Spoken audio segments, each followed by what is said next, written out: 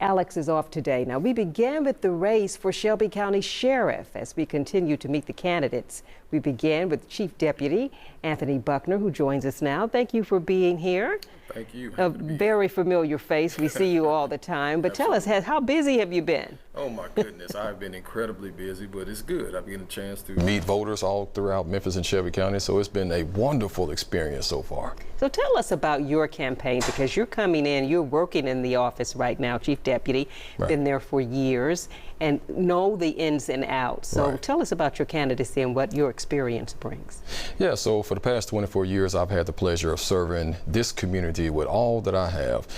Throughout my 24-year career, I've been able to be promoted or earn the ranks all the way up to Chief Deputy as I sit today. I've also been able to work in almost every division of the Sheriff's Office, maintenance about 2 or 3 of them. So I have a large amount of experience. I've been able to sit at the long tables, the round tables. I've heard some of the issues. I've also been part of some of the solutions. So I'm looking to continue that service. And tell us, we know the big issue right now is the jail. I think that issue is coming before the county commission even as we speak. And your predecessor, the one who is here now, Sheriff Bonner, has been talking about the need for a new jail. Will you continue to echo that need, or do you have something different in a different direction you want to go when it comes to the jail? Well, I'll say this. There's no doubt in my mind that we need a new jail. But we also need to do a feasibility study about, or at least to tell us how long or how much life is left in our current facility. I think the feasibility study is going to be a great piece of information that will inform the next county, or actually this county commission, and perhaps even the next county commission, on how urgent the need is. The study could come back and say, you know what, if you do a few things, you can probably extend the life of this building another 3 or 6 years. Or it could say, hey, listen, you're already behind the mark. You need to move fast. And so that's one of the things that I'll be looking at very closely whenever that study comes back, so we'll know how to operate internally. But there's no doubt, again, that we do need a new jail. But there are some things that we can do for the current facility right now. And that's why, as the next sheriff, I'll be going back to the county commission asking for dollars to make sure that we're making the necessary repairs to create a more humane environment for the residents that we have at the facility now. And we know working with the county commission is so crucial. There has been some tension between the sheriff and the mayor, and back and forth. How will you counter that? I know a new mayor is going to be coming in as well, but that working relationship. Well, I'll say this. All of the candidates who are currently running for mayor, I have a really good relationship with each one of them. And along the campaign trail, I've asked if they would be willing to sit down, should they be successful in their races, so we can figure out the path forward. And so the relationship between the sheriff and the mayor today are not the relationships that I have. So I'm just looking forward to my day in the office as the next sheriff and sitting down with the next mayor, and that's coming up with some meaningful solutions to make sure that the people feel like we're working for them. We have gotten so many concerns and done so many stories with families who have loved ones at the jail. There have been deaths at the jail. There have been incidents at the jail. What can you say to those families that's going to be different when you come into office? Yeah, so first of all, my heart breaks for any family who hears the news that their loved one has passed away. And so each night, that is the one thing that I'm thinking about before I go to sleep. And each morning, that's the first thing that I'm thinking about, are the residents inside of the facility and the families who still love and care for them.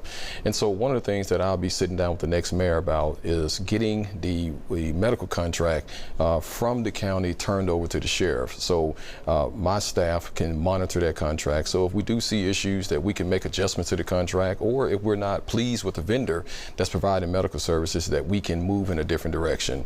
But then also diverting individuals who don't need to be in the jail. These individuals who may be suffering from mental health issues or maybe even substance abuse issues. And I can tell you that the jail is a very difficult place for a person who may be detoxing. And so if we can divert those individuals before they even come into the facility and get them connected to the right resources in the community, I think we'll see a change. And then the last thing, we have an aging population inside the facility.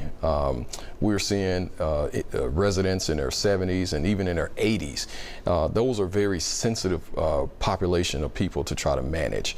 And so one of the things that I'm working on now, and will continue to work on as sheriff, is having a step-down unit, because there are some of our residents who are not sick enough to be in a hospital, but they're not well enough to be in what we would call general population. So we got to make sure we have a facility or a location within the jail or even off-site that can manage those very vulnerable populations. And talking about the population, we have the task force that is working in Memphis. They are making arrests and they are putting people in jail. We've talked about and done stories about the overcrowded conditions, and now you're having to go and seek other places to put these. How is that going to change, and how are you going to work with the task force? Because they don't seem to be going anywhere, so more arrests are going to be made. That's going to make the population even larger. Certainly, and let me start with this. It's not ideal to have to send pretrial residents away from Shelby County, because I truly believe that if you keep them connected to their family as best you can, then it helps with the rehabilitation process.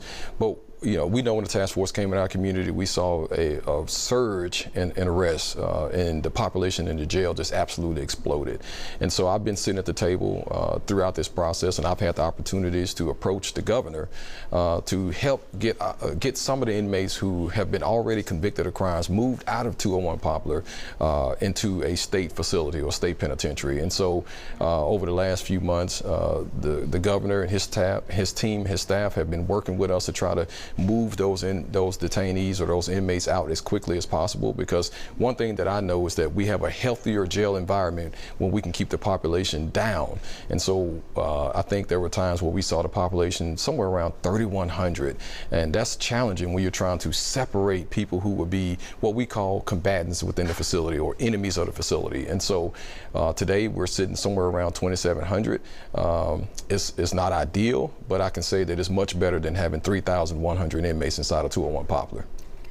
Well, we thank you so much for coming and talking to us about your candidacy. I know the next few weeks you're going to be very busy, so we appreciate you stopping by. Yes, thank WREG for covering this and covering us candidates. All right, thank you so much. And we'll be back in a moment.